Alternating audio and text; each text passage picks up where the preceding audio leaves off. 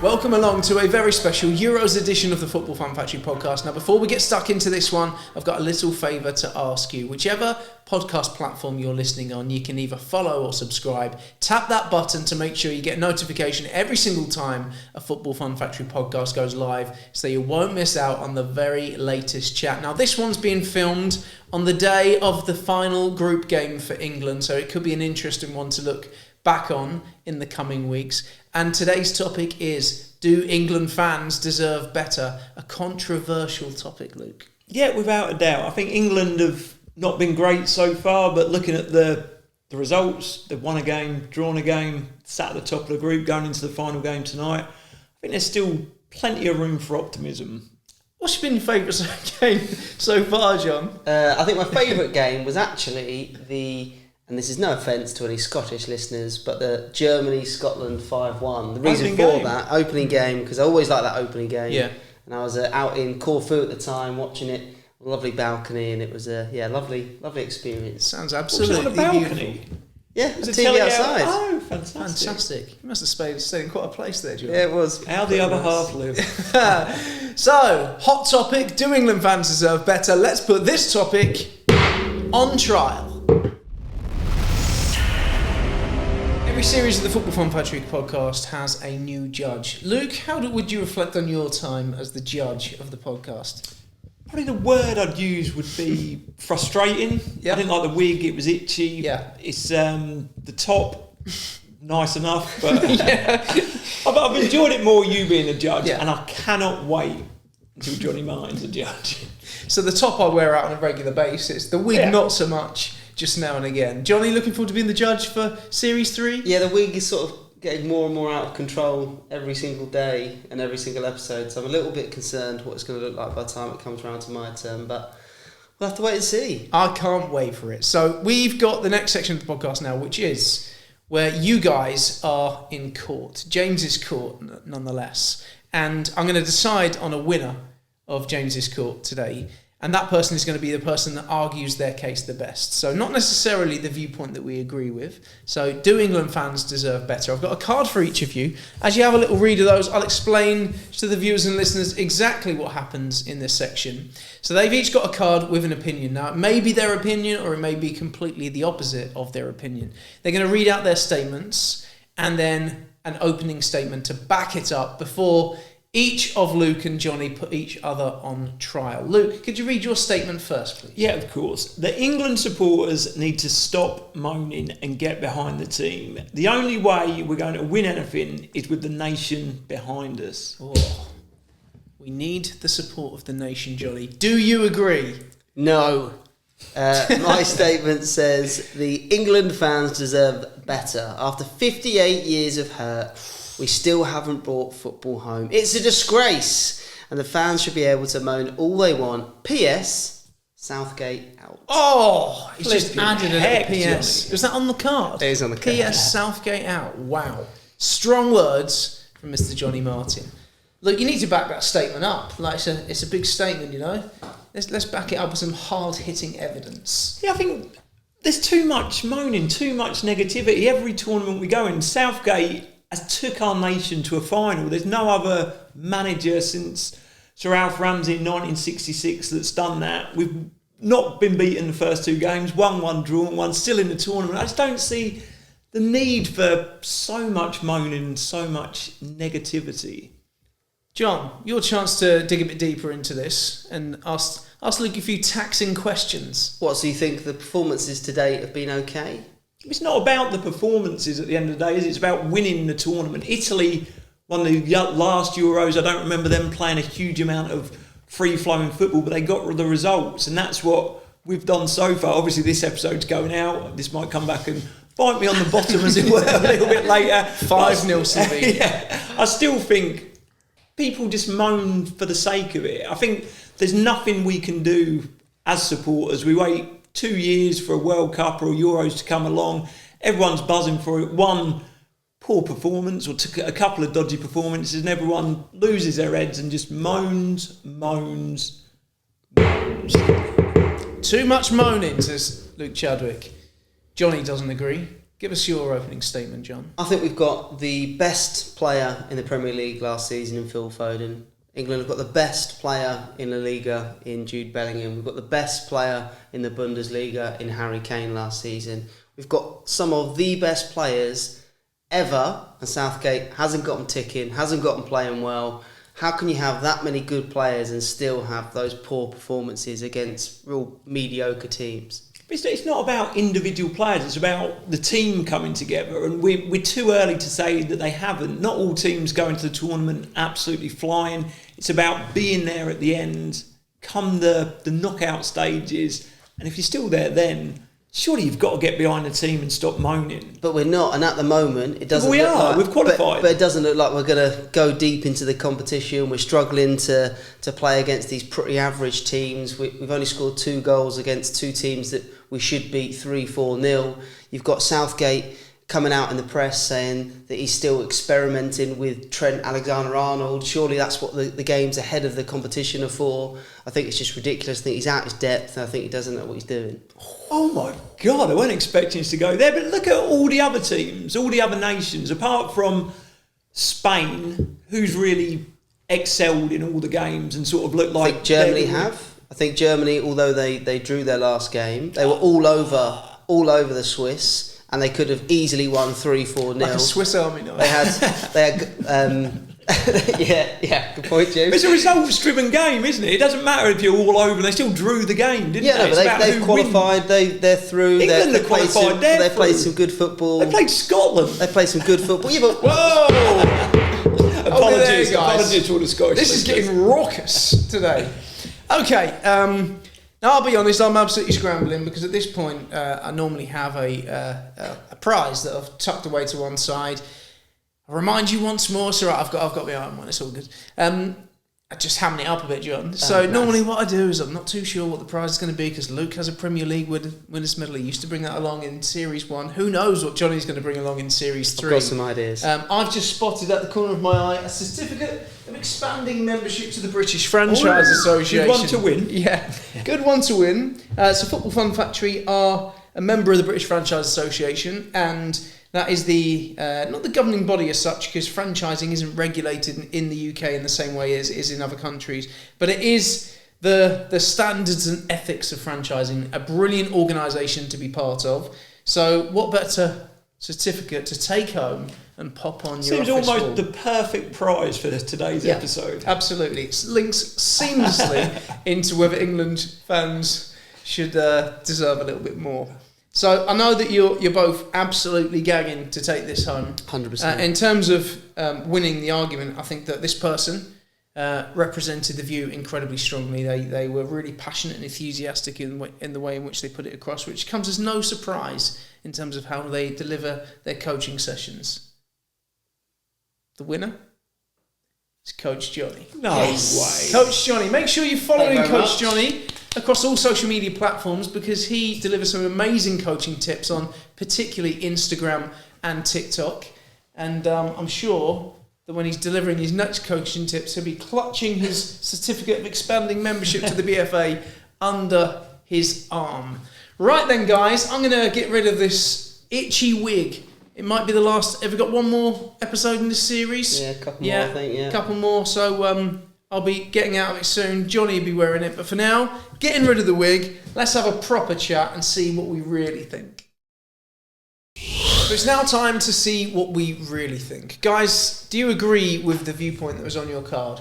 I actually do. I just think there's so much sort of negativity sort of driven by the press, and it's always the way that it has been when England sort of go into a tournament in the summer months, whether it be the Euros, the World Cups. And I think the more we get behind the team, the better it is for them out in the hotel, wherever it may be. But all they see is constant negativity. And I think as fans, all we can do is support our team, particularly when it's such a short tournament. It goes 2-3 weeks. It's over for everyone. I think we should support our team at this moment in time because ultimately there's nothing more we can do. There's not going to be a change of manager mid-Euros. Some people might like that, but that's not going to happen. So really all you can do is get behind the team, right, John? Yeah, my statement is complete and utter rubbish, in my opinion. I don't agree with it whatsoever. I think you're absolutely spot on. I think you've got to get behind the team. What's the point? There's nothing you can say or do by having a moan up is going to change anything. I think it's support. Like the players, the manager, they're trying to win every game. They're trying to win win the whole tournament. So I think you've got to get behind them. No one wants to lose. We don't, as fans. The team don't as players. The manager definitely doesn't. But us having our own opinions on what team he should play and everything else, just let them crack on with it. They're professionals. They've been working hard and get behind them. I think that is sort of half the fun of a tournament when people sort of say who they should be playing. And football in its nature is a very, very fickle industry, and you understand people sort of moaning, but I think it's so important to understand that it makes no difference, does it? Yeah, exactly. It makes no odds whatsoever what sort of any of us think, mere mortals back here watching on the telly. It's all about the manager, and we've got to get behind whatever team he decides to select, and I'm pretty sure he knows better than us three and a lot better than more or less everyone across the nation. Yeah, armchair supporters they call it, don't they? Where it's easy to be sat there, watching the game from the comfort of your lounge, but actually being on the side of the touchline, seeing the guys in training during the week. There's an awful lot that he knows about fitness, availability, and things like that. Game plan and how the other team set up and the research they do before each game, and they'll go, right, this is how we want to press, so this is what team we're going to pick. And what he's planning for if we play Italy, if we play Spain, and all those kind of things, and how the matches in the group stage are going to bleed into that, in terms of the shape that he's sticking with and things. Do you think with the shape, I mean, my big thing with the shape of the team at the moment is that what we're struggling to do is get the best players in the best positions. Is there a way to change? Is there a way to get this squad of England players with the best players in the best positions? I think the biggest issue is the lack of left-footed players. I think if Luke Shaw was fit, Trippier has been a brilliant England player, but he's not a left back. I think that disrupts the whole sort of balance of the team. It would solve one problem, but it doesn't. It's still a number of other issues where there's players that play for their clubs in certain positions and they're playing elsewhere for England. Yeah, I think it just obviously the central midfielder issue. Trent's obviously a hugely gifted player. It's probably not worked him going in there, but I think it could have worked with a natural outlet on the left-hand side, because if Luke Shaw's playing there and he's got great energy to get up and down the pitch, it allows Foden to go and play in those little pockets that he does so effectively at Manchester City, and I think it changes the whole shape. I think then if Trent is in the team and he's one of the best in the world at switching the play and he's got someone out there to hit, I think it changes the pitches that he sees in the middle of the pitch as well. So I think the biggest problem is the lack of width on the left-hand side, because Foden's not a natural winger. He doesn't really play out there. He's more effective inside the game. So I think that has been the biggest challenge for sort of Southgate and the way he selected the team. Johnny, what would you do if you obviously heading into the Slovenia game? By the time people listen to this podcast, will be the other side of it, so we'll be able to pressure's on now. What would you do ahead of the game? What would you change? How would your England team? I think I agree with Luke in. I think the biggest thing missing is that left side, because I think that, like you said, with Trent in there, I think he would be able to do that. I think he's probably a little bit off it just from what I've seen. And I think that probably could do with a more traditional centre mid in there to support Declan Rice. He's just got, I guess, a bit more experience in playing in centre mid and does it sort of week in, week out for their club.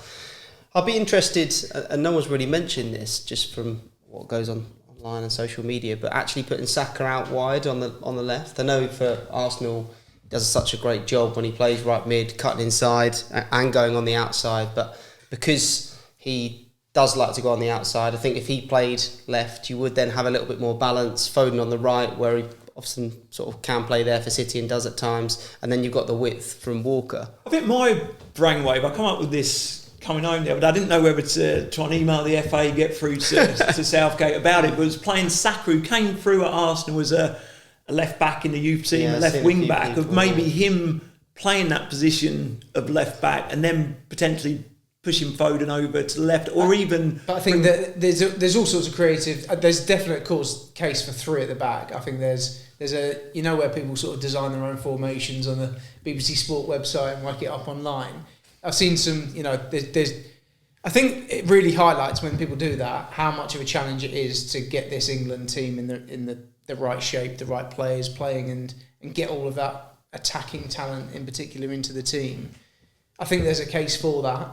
The challenge comes where we're 2 games away, the group stage of a international tournament, and unless that happened 6 months ago, it's almost impossible to try and do those things now, isn't it? Yeah, I think in tournament football, everything can come together really quickly. We spoke about it. This is an exceptionally gifted group of English players where I think one fantastic performance can turn it all around, and then you see the team playing with a lot more confidence. I think the team has looked leggy, and the players in the Premier League play a huge amount of football, but I think the legs and the energy come back from a good performance, from playing really well, and that's where it comes from. So I don't think sort of we're out of it, we've got no chance of winning it, because everything can change in an instant. Hopefully that can be this evening against Slovenia. We have a really positive performance. In answer to your question, I sort of dodged it really, but in answer to your question, I think I'd play the same team. I probably would swap out Trent and put in a more natural centre mid. Probably Gallagher, just because of his energy. And I know Kobe Mainoo's got unbelievable technique, and I actually really rate Wharton as well. So I think any of those 3 could do it, but I do think playing against Slovenia, who I think will come out with a back 4 compared to the 2 back 5s that we faced previously, I think there will be more holes, more pockets, and nobody's really talking about playing 2 up top, are they?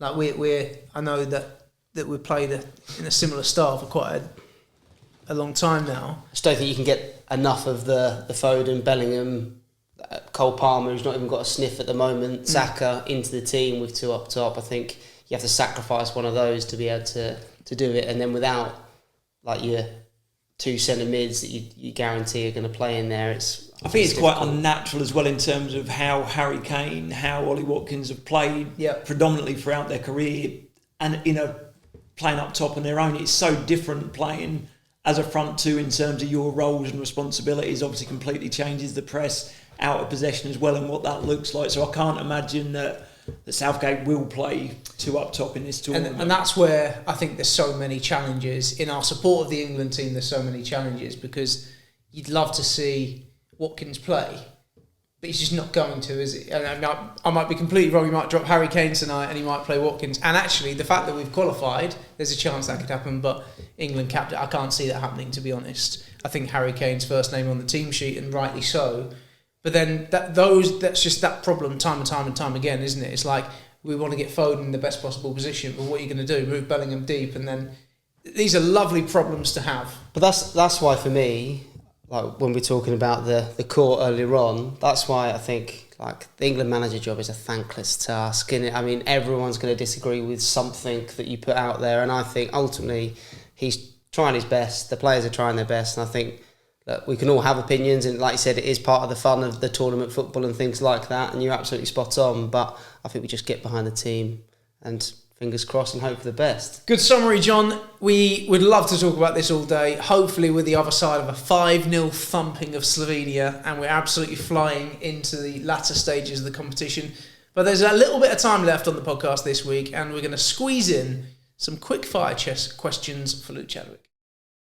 Chaddy, quick-fire question. We're about to head into the Slovenia game. Tell us your starting lineup.